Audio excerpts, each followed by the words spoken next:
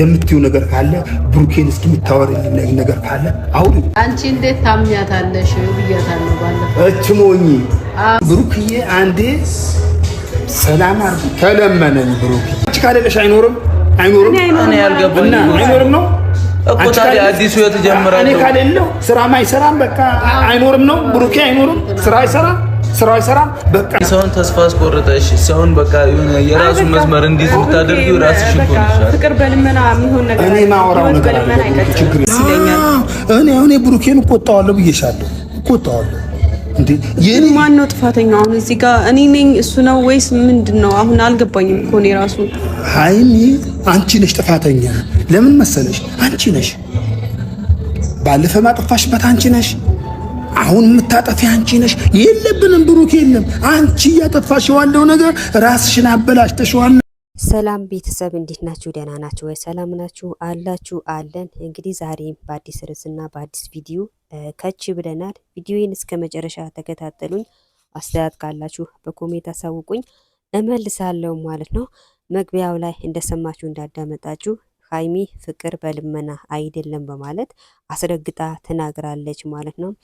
ሲቀጥል ብሩኬ እኔ ምንም ጥፋት የለብኝም ጥፋተኛ አይደለሁም በማለት መልስ ሰጥተዋል ማለት ነው።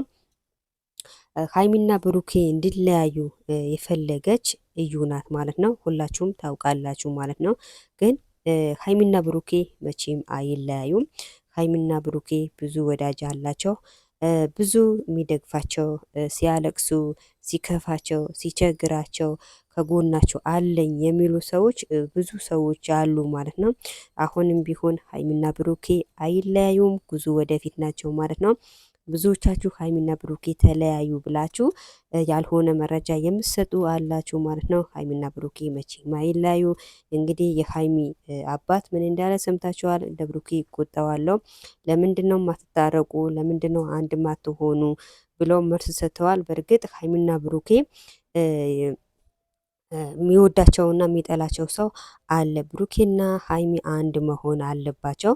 እንግዲህ እዚህ ጋር የሚወዱን ሰዎች ሳይሆን የሚጠሉን ሰዎች ብለን አንዳንዴ መሸነፍ አለብን ማለት ነው።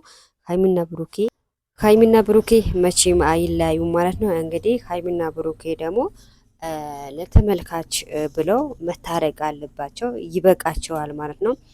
ብዙ ተመልካቾቻቸው እንግዲህ ተማረዋል ማለት ነው። ሃይሚና ብሩኬ መቼ ነው የሚታረቁ እያሉ ብዙዎቻቸው ተስፋ ቆርጠዋል ማለት ነው።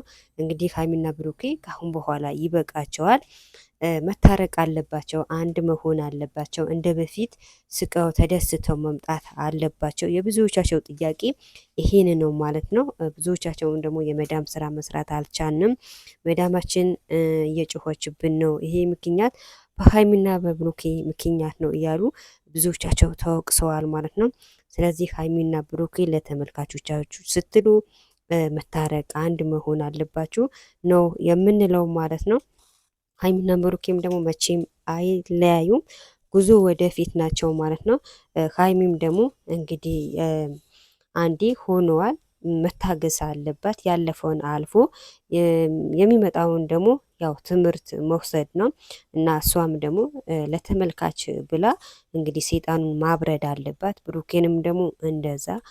ሲቀጥል ደግሞ እዩም ደግሞ ከህይወታቸው እንድትወጣ ማድረግ አለባቸው ነው የምንለው እና ቤተሰብ ለማንኛውም ላይክ፣ ሰብስክራይብ ማድረጋችሁን